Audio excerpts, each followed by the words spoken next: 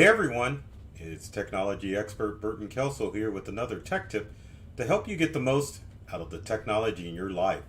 Today we're talking about how to prevent technology related injuries. Those tech devices that you love and use on a daily basis can definitely cause harm to your body. And here's a few examples of how that can hurt you.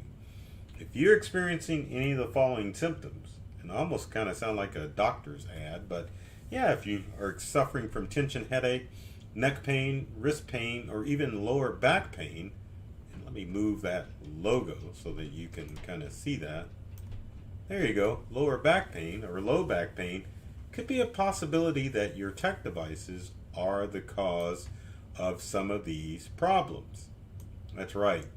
If you're hunched over your desktop or laptop, or you use your devices too long on a regular basis, it can definitely cause problems to your body. And another thing that you should be aware of is that smoking, or excuse me, sitting is the new smoking. We all know smoking's bad, but definitely if you sit at extended periods of time, whether you're playing video games or you're using your devices, it can definitely cause problems.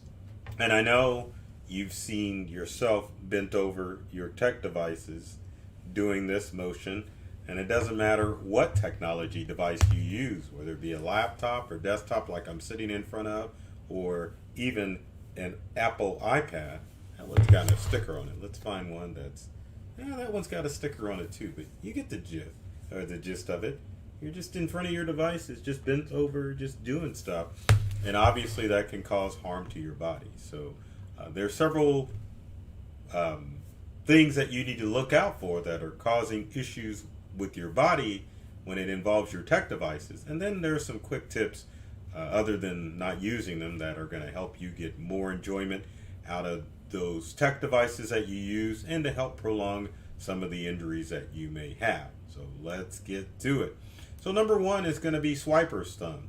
Now, swiper's thumb obviously is the act of using your thumb to swipe between screens on your laptop, or I guess you could say your laptop, because you can swipe with your laptop on your touch screen, but that would be more wrist action. But your thumb, obviously if you're on your smartphone, you're going to be using your thumb to do stuff, and if you're swiping back and forth, the repetitive motion can definitely cause issues with your thumb, as in any repetitive motion with any part of your hand or wrist. So one of the things you need to be aware of is swiper's thumb. Next on our list is your mouse wrist. Mouse wrist is the act of just using your mouse on a regular basis. So if you spend a lot of time typing at your computer, not as bad. But if you're using your mouse on a regular basis to do stuff, your mouse can definitely cause issues. If you're moving back and forth and just doing all sorts of things with your mouse, it can definitely cause issues like carpal tunnel and a lot of other medical related issues.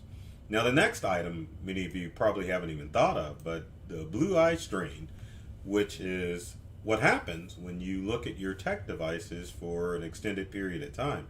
Now blue eye strain happens because your devices like your smartphone and your tablets, look at that, I can hold up both at the same time, are emitting a substance called blue light.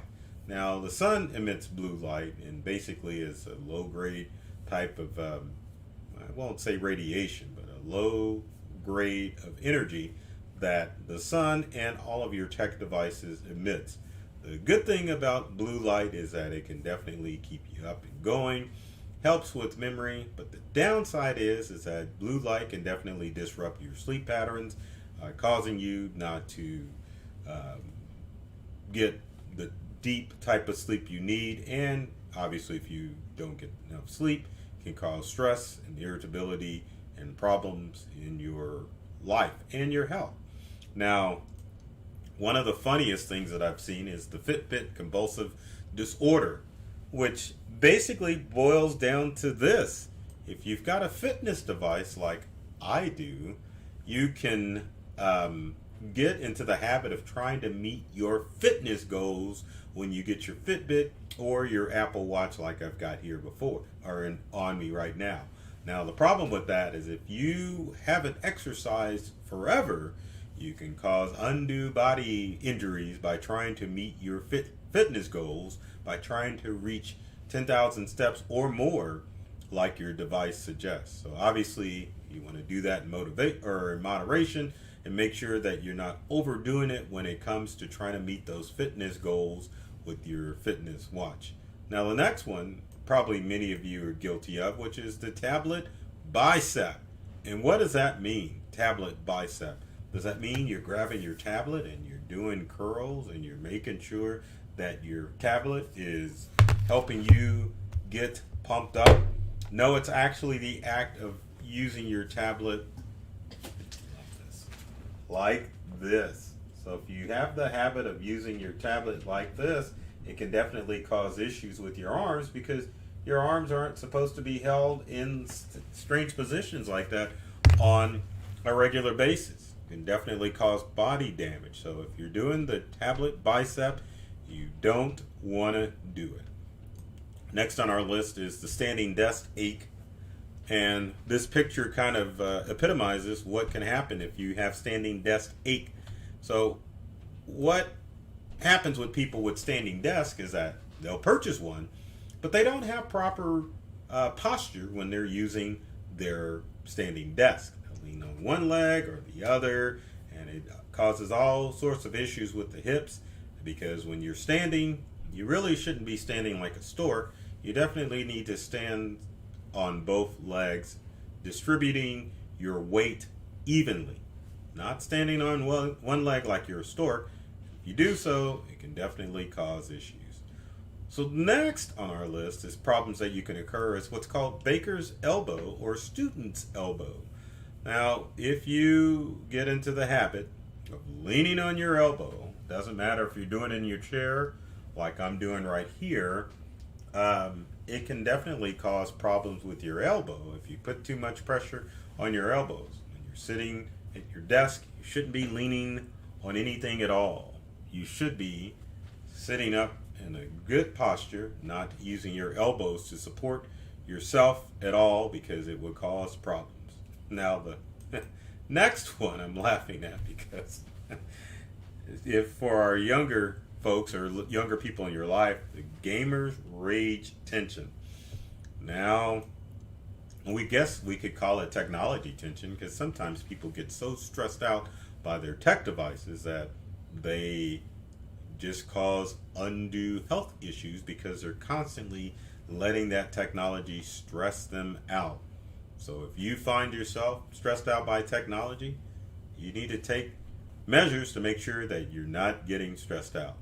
Now the next one I'm guilty of, I hate to admit it, but it's the laptop hunch. I can get that screen up. Let's get that. I love that graphic. There we go. Computer and laptop hunch, which is you're hunched over your computer and laptop, and you're just causing all sorts of neck and spinal issues. And I guess we could call it the computer and laptop and tablet hunch, because if you're hunched over like that, it's definitely going to cause issues with your spine no matter what device you're going to use, which leads us into the next one, which is tech neck.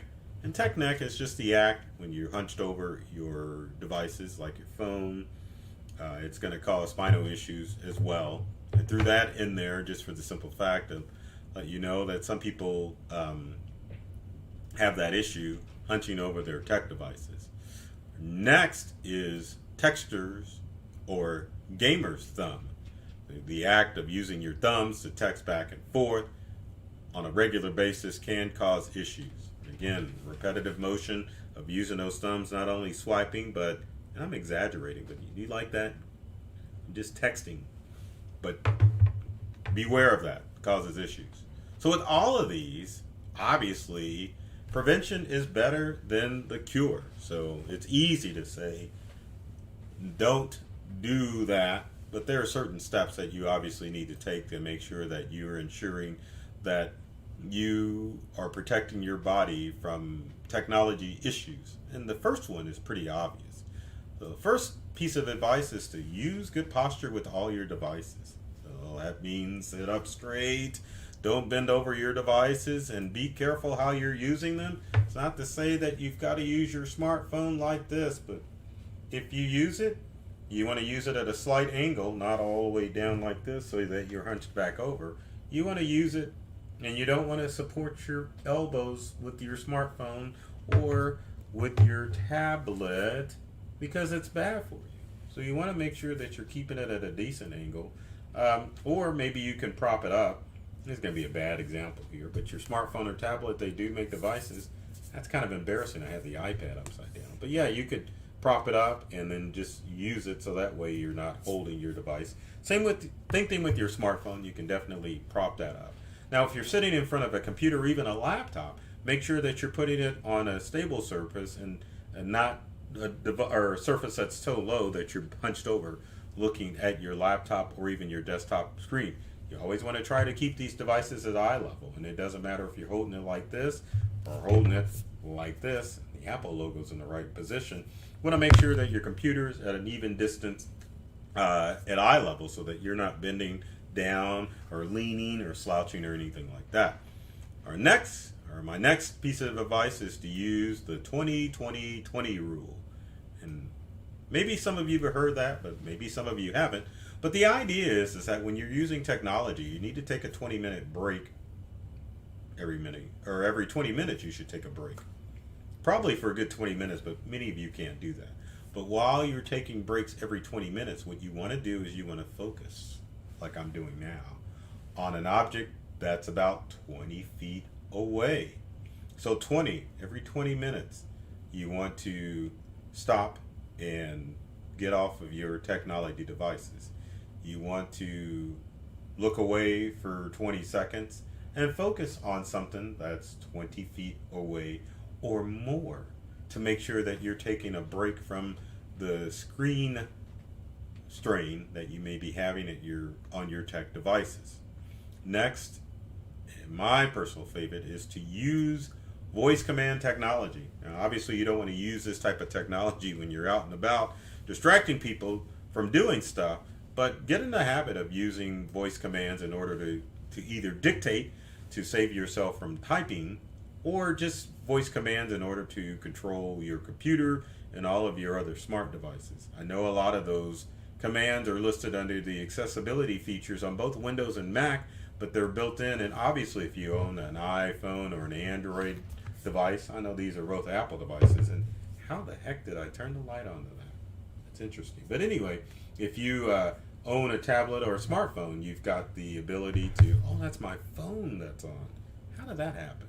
Anyway, you've got the ability to utilize voice command for those devices, and it will save you the strain of using your body to type and save you from the neck strain of bending over and using your phone and other things like that. So next is to use a standing desk, but if you get one, make sure that you use it right. That means position yourself on both legs and distribute your weight evenly when you're using a standing desk. Don't resort to old stork maneuvers and stand on one leg or the other to defeat the purpose of using a standing desk. So if you get one, use it right. Don't just buy one for the sake of saying, hey, I've got a standing desk and I'm doing everything right. Another piece of advice is to make sure, how did I miss that? Make sure that you're using an ergonomic keyboard. That's self-explanatory because ergonomics is going to help out with your hands, right? And just to show that I practice what I preach, hopefully a bunch of crumbs won't fall out of this thing, but as you can see, I'm using an ergonomic keyboard, which is definitely helping keep my posture correct and my hand posture right. And I can't say that I have an ergonomic mouse, but at the same time, if I got this nice Logitech ergonomic keyboard to help with some of the stress and strain of typing on a normal basis. Next tip that you should do is invest in a blue light screen protector and make these for everybody or every device. You can get one for your computer, monitor screen. You can get one for and I keep holding these up for your smartphone and for your tablet. But what happens once you install the screen, it will cut down on that blue light to help your body regulate to some of what's going on as far as the blue light that emits from your devices. Now keep in mind, if you own any tech device, whether it's a Windows, Macintosh, or even a smartphone or tablet, you can enable the blue light settings within your device. The challenge is with your devices is that when you enable these or enable blue light, it only occurs when you enable it. So you may not get into the habit of enabling nighttime or night view on your Windows, Mac, or smartphones or tablets, but you have the ability to enable these on your devices, so that way you don't have to worry about turning it on. Now, the next thing that you should take in consideration is when you get upset with technology, walk away. If it's making you emotional, if you're getting stressed, just stand up and walk away. You definitely don't want to be in a situation where you're so stressed out with technology that you collapse at your keyboard or with your smartphone or tablet because you have had a heart attack or stroke because you're so stressed out by technology. And we know that it definitely causes issues when it comes to stress. So walk away from that tech item when it causes problems. And then finally, make sure you're setting limits with your technology. It can be tempting to spend hours upon hours when you're using your tech devices, but when you take breaks, it allows you to give your mind and your body a rest. You don't have to suffer from the repetitism of using your mouse, your keyboard, your thumb, because you always want to give your body a rest when it comes to technology use to make sure that you're staying healthy, you're staying strong, both mentally and physically, to be able to enjoy your tech devices, but also to make sure that you aren't going to experience any technology issues or injuries that may occur with your body. So with that said, if you've got comments or questions, leave them in the comment section below. We'd love to hear from you. If you have ideas of how to make sure that you're keeping your body safe and secure from technology injuries, or if you have any other questions when it comes to technology. Now, with every video, I always have to ask, if you like this video, be sure to share, like it, follow, all that stuff. And then if you want to keep up with the latest tech tips, be sure to follow myself, Burton Kelso, the technology expert, or my company Integral on social media and on YouTube. There are a ton of videos that are designed to help you get more from the technology you use at home and at work. So I love technology. I've read all the manuals, and I'm serious about making technology fun and easy to use for everyone. So take care of yourself and do many things to make you smile. Use good posture and keep away from those tech injuries, and take it easy.